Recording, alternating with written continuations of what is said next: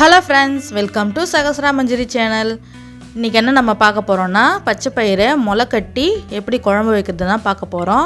இந்த குழம்பு இட்லி, தோசை, சப்பாத்தி, பூரி, சாதத்துக்கு ரொம்ப சூப்பராக இருக்கும். ராகி களிக்கும் வச்சு சாப்பிட்லாம். முளை கட்டி சாப்பிட்டா உடம்புக்கும் ரொம்ப நல்லது. வாங்க எப்படி பண்ணுறதுன்னு பார்க்கலாம்.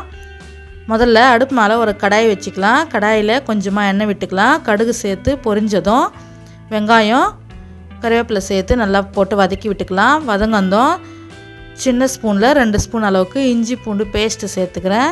இஞ்சி பூண்டு பேஸ்ட்டு பச்சை வாசனை போனதும் நமக்கு பிடிச்ச வெஜிடபிளே இதில் சேர்த்துக்கலாம். கத்திரிக்காய் சேர்க்கலாம், உருளைக்கிழங்கு சேர்க்கலாம். நான் இன்றைக்கி உருளைக்கிழங்கு வரைக்கும் சேர்க்குறேன். உருளைக்கிழங்கு சேர்த்து நல்லா மிக்ஸ் பண்ணி விட்டுக்கலாம். இப்போ நாம் முளை கட்டி வச்ச இந்த பச்சை பயிரை இதில் சேர்த்துக்கலாம். நாம் முதல்ல வாஷ் பண்ணிவிட்டு அதுக்கப்புறம் தான் முளை கட்ட ஆரம்பிச்சிருப்போம். அதனால் அதுக்கப்புறம் கழுவணுன்னு அவசியம் இல்லை. நம்ம கடாயில் சேர்த்து முளை கட்டின பயிரை நல்லா வதக்கி விட்டுக்கலாம். இந்த முளை கட்டுறது எப்படின்னு உங்களுக்கு வேணும்னா கமெண்ட்டில் கேளுங்க. கண்டிப்பாக எப்படி முளை கட்டுறது, எப்படி ஊற வச்சு முளை கட்டுறதுன்னு நான் கண்டிப்பாக வீடியோ போடுறேன்.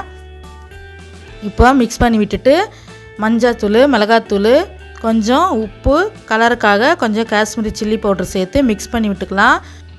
இப்போ இது குக் ஆகிறதுக்காக கொஞ்சமாக தண்ணி சேர்த்துக்கலாம். தண்ணி சேர்த்துட்டு பிளேட் போட்டு மூடி வச்சா ஒரு 10 நிமிஷத்தில் இந்த பருப்பும் உருளைக்கிழங்கும் நல்லா வெந்து வரும். நாட்டு பச்சை பயிறு, அதனால் கொஞ்ச நேரத்தில் வெந்துடும்.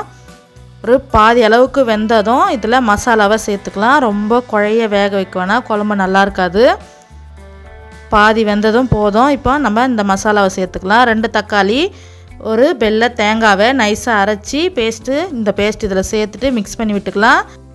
குழம்புக்கு தேவையான அளவுக்கு தண்ணி விட்டு நாம் கொஞ்ச நேரம் குழம்பு கொதிக்க விட்டு கடைசியாக இந்த குட்டி ஸ்பூனில் 1.5 ஸ்பூன் அளவுக்கு கரம் மசாலா சேர்த்துக்கிறேன். கரம் மசாலா சேர்த்து மிக்ஸ் பண்ணி விட்டுக்கலாம். கடைசியாக 2 நிமிஷம் கொதிச்சா போதும்.